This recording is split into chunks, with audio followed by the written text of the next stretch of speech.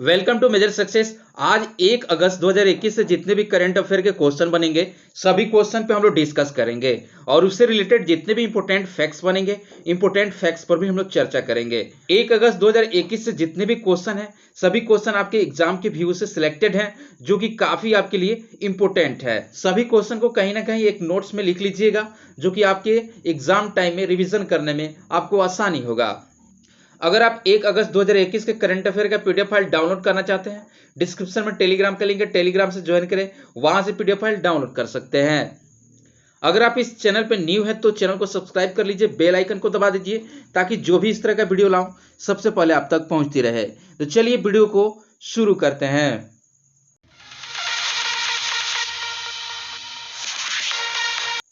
First question है, कौन सा उपग्रह 2021 की तीसरी तिमाही में प्रक्षेपण के लिए निर्धारित है? आपका आंसर बी सही होगा, EOS-03।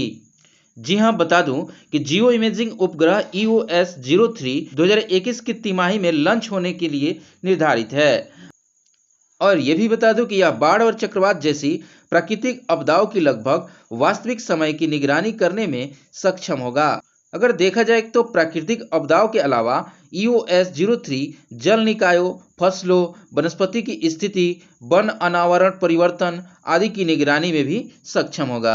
चलिए अगले क्वेश्चन पे चलते हैं। अगला क्वेश्चन है, जुलाई 2021 में निम्नलिखित में से किसे RBI की NBFC लाइसेंस प्राप्त हुआ है? आपका आंसर ए सही होगा, ज्ञान धन। जी हां, बता दूं कि भारत के पहले शिक्षा वित्त पोषण मंच ज्ञान धन को RBI से NBFC लाइसेंस प्राप्त हुआ है। इसका लक्ष्य क्या है? इसका लक्ष्य वित्त वर्ष 2022 में 650 करोड़ रुपए की शिक्षा ऋण का वितरण करना है। अगर देखा जाए तो इसमें 50 करोड़ रुपए विभिन्न एडटेक कंपनी और कोचिंग संस्थानों द्वारा पेश किए जाने वाले घरेलू अल्पकालिक पाठ्यक्रमों के लिए होंगे। और मैं बता दूं, इसने छात्रों को ब्याज मुक्त शिक्षा ऋण देने के लिए पहले ही विभिन्न कंपनियों के साथ साझेदारी कर ली है। चलिए नेक्स्ट क्वेश्चन पे चलते हैं। नेक्स्ट क्वेश्चन है, कौन सा दुनिया का पहला वाणिज्यिक पूरी तरह से पुनः प्रोग्राम योग्य उपग्रह लॉन्च किया है? आपका आंसर ए सही होगा, यूरोपीय अंतरिक्ष एजेंसी।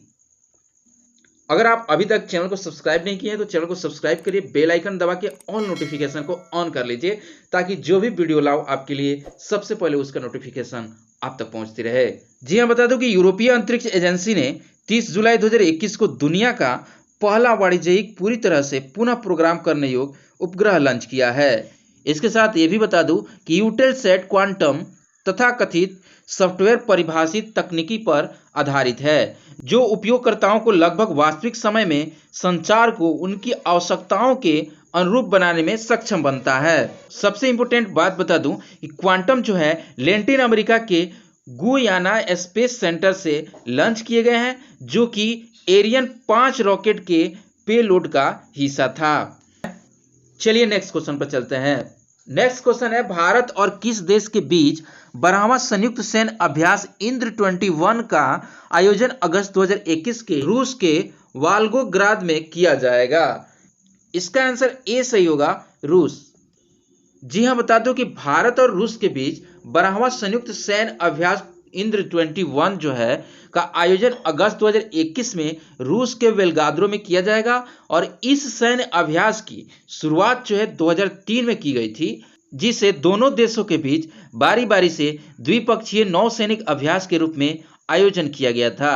हालांकि पहला जो है संयुक्त त्रिसेवा अभ्यास जिसे कहा जाता है वह वर्ष 2017 में आयोजित किया गया था।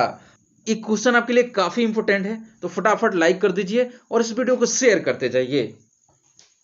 चलिए नेक्स्ट क्वेश्चन पे चलते हैं। नेक्स्ट क्वेश्चन है, प्रधानमंत्री नरेंद्र मोदी ने गांव के बच्चों को प्ले स्कूल की सुविधा देने के लिए निम्न में से किस प्रोग्राम का शुभारंभ किया है?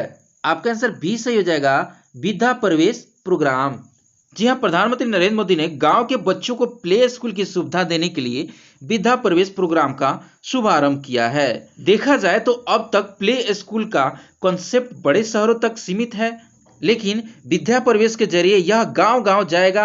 ये प्रोग्राम आने वाले समय में यूनिवर्सल प्रोग्राम के तौर पर लागू होगा और राज्य में भी इसे जरूरत के हिसाब से लागू करेंगे और देश के किसी भी हिस्से में अमीर हो या गरीब हो उसकी पढ़ाई खेलते खेलते हंसते हंसते और आसानी से होगी।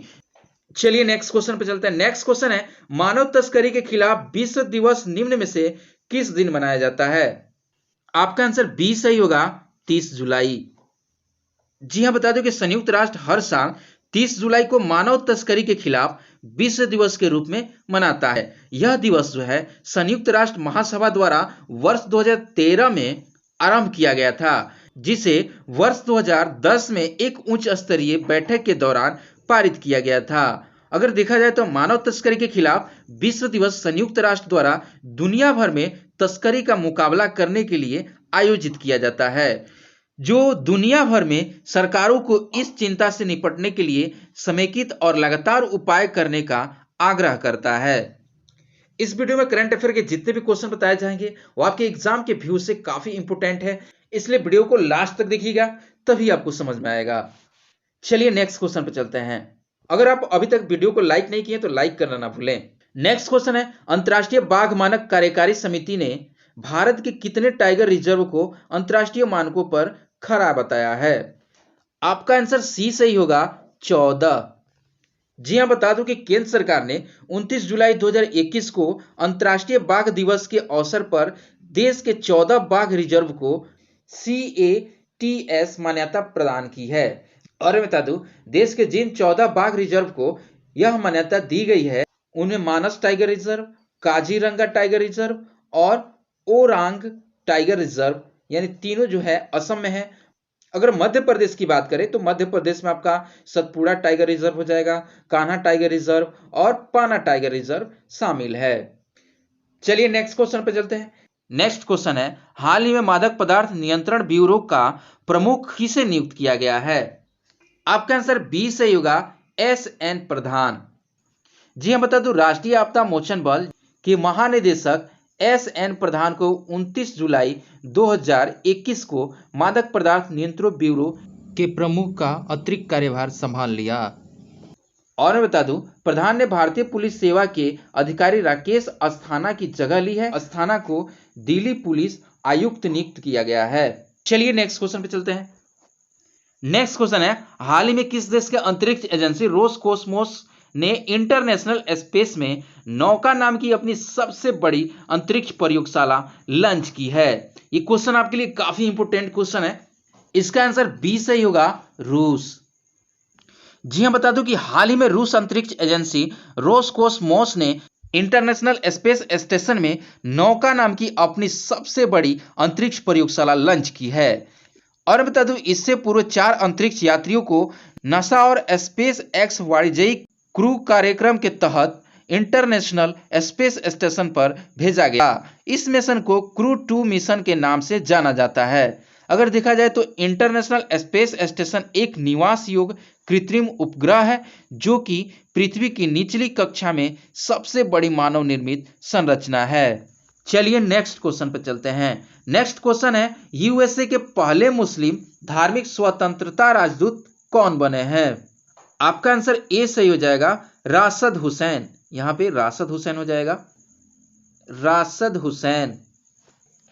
जी हां, बता दूं, अमेरिकी राष्ट्रपति जो बाइडेन ने भारतीय अमेरिका अटॉर्नी राशिद हुसैन को अंतर्राष्ट्रीय धार्मिक स्वतंत्रता के लिए राजदूत एल लॉर्ज के रूप में नामित किया है। इसके साथ ये भी बता दूं कि हुसैन जो है अंतर्राष्ट्रीय धार्मिक स्वतंत्रता के लिए राजदूत एल लॉर्ज के रूप में सेवा करने के लिए नामित होने वाले पहले मुस्लिम है। इसके पहले कोई वैसा मुस्लिम नहीं था जो कि अंतर्राष्ट्रीय धार्मिक स्वतंत्रता के लिए राजदूत के लिए नियुक्त किया गया हो।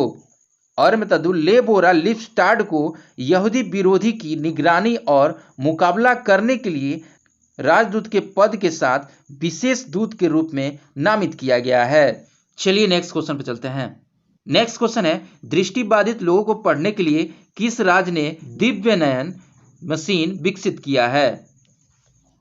आपका आंसर बी सही हो जाएगा, चंडीगढ़। जी हां, बता दूं, वैज्ञानिक और औद्योगिक अनुसंधान परिषद चंडीगढ़ ने दृष्टिबाधित लोगों के लिए एक रीडिंग मशीन विकसित की है जिसके माध्यम से किसी भी मुद्रित या डिजिटल दस्तावेज को स्पीच आउटपुट के रूप में एक्सेस किया जा सकता है। चलिए नेक्स्ट क्वेश्चन पर चलते हैं। नेक्स्ट क्वेश्चन है, पृथ्वी विज्ञान मंत्रालय के सचिव का अतिरिक्त प्रभार किसे दिया गया है? आपका आंसर ए सही होगा, आशुतोष शर्मा। जी हाँ, बता दूं कि विज्ञान और प्रौद्योगिकी विभाग के सचिव आशुतोष शर्मा को पृथ्वी विज्ञान मंत्रालय के सचिव का अतिरिक्त प्रभार दिया गया है। इसके साथ ये भी बता दूं कि प्रधानमंत्री नरेंद्र मोदी की अध्यक्षता में कैबिनेट की नियुक्ति समिति में यह निर्णय लिया गया है।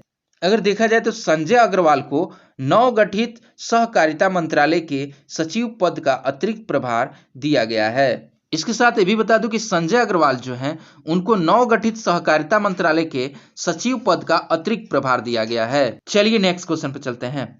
नेक्स्ट क्वेश्चन है, किस देश ने हेपेटाइटिस सी के लिए विश्व की पहली सस्ती दवा बनाई है? आपका आंसर सी सही हो जाएगा, मलेशिया। जी हाँ, बता दूं मलेशिया ने हेपेटाइटिस सी के लिए विश्व की पहली सस्ती और प्रभावी नई दवा पंजीकृत की है। और बता दूं मलेशियाई सरकार द्वारा drugs for neglected disease initiative के साथ भागीदारी के 5 वर्षों बाद दवा रेमडेसिविर को मौजूदा दवा सोफोस्बुवीर के साथ उपयोग के लिए जून 2021 में अनुमोदित किया गया था। और बता दूं ये जो नई दवा है एक डायरेक्ट एक्टिंग एंटीवायरस है जिसे फार्को के साथ विकसित किया गया है। चलिए नेक्स्ट क्वेश्चन पर चलते हैं। नेक्स्ट क्वेश्चन है, किस राज्य सरकार ने व्यापारियों और किसानों की सहायता के लिए 5,000 करोड़ से अधिक के पैकेज की घोषणा की है? आपका आंसर बी सही हो जाएगा, केरल सरकार। जी हाँ, बता दूं केरल सरकार ने कोविड-19 महामारी के कारण प्रभावित राज्य की अर्थव्यवस्था को पुनर्जीवित करने के लिए 5,650 करोड़ रुपए से अधिक के वित्तीय पैकेज की घोषणा की है। और देखा जाए तो यह राज्य जो है छोटे पैमाने के व्यापारियों और किसानों की सहायता करेगा और इसके साथ साथ सरकार जो है काफी रियायती ऋण देगी और 2 लाख रुपए तक के ऋण के लिए 6 महीने के लिए ऋण के ब्याज का 4% वहन करेगी। एक क्वेश्चन आपके एग्जाम के लिए काफी इंपोर्टेंट है, इस क्वेश्चन को नोट कर लीजिएगा। चलिए आगे बढ़ते हैं। नेक्स्ट क्वेश्चन है, हाल ही में आरबीआई बैंक ने किस बैंक का लाइसेंस रद्द किया है? आपका आंसर ए सही हो जाएगा, मडगाम अर्बन कोऑपरेटिव बैंक। और बता दूं नजीजतन बैंक 29 जुलाई 2021 को कारोबार की समाप्ति से बैंकिंग कारोबार करना बंद कर देगा। अगर देखा जाए तो केंद्रीय बैंक के हाल के दिनों में संस्थागत विफलता का हवाला देते हुए कम से कम आधा दर्जन सहकारी बैंकों के लाइसेंस रद्द कर दिए गए हैं और कई अन्य जो है दंडात्मक कार्रवाई शुरू की है। चलिए आगे बढ़ते हैं। Answer of last video question था, कौन दुनिया की नंबर 1 तीरंदाज टोक्यो ओलंपिक के लिए क्वार्टर फाइनल में पहुंची हैं? आपका आंसर ए सही हो जाएगा, दीपिका कुमारी।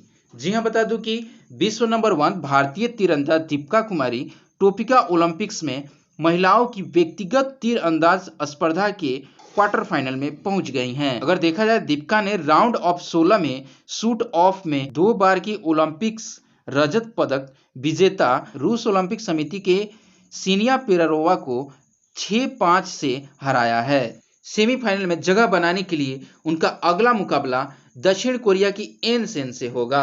अगर आप अभी तक मेजर सक्सेस को सब्सक्राइब नहीं किए तो सब्सक्राइब कर लीजिए और बेल आइकन को दबाकर ऑल नोटिफिकेशन को ऑन कर लीजिए ताकि जो भी इस तरह का वीडियो लाऊं सबसे पहले आप तक पहुंचती रहे। चलिए आगे बढ़ते हैं। क्वेश्चन फॉर यू, आज के लिए आपका क्वेश्चन है, भारत के पास कितना मिलियन टन स्वर्ण अयस्क का भंडार है? इसका आंसर आप कमेंट बॉक्स में लिख सकते हैं और इससे रिलेटेड जितने भी इंपॉर्टेंट फैक्ट्स आपको मालूम है इंपॉर्टेंट फैक्ट्स लिखना ना भूलें, क्योंकि लिखने से आपके आईक्यू लेवल बढ़ते हैं और याद करने की क्षमता भी बढ़ती है। मिलते हैं अगले वीडियो में, आज के लिए इतना ही। जय हिंद, जय भारत।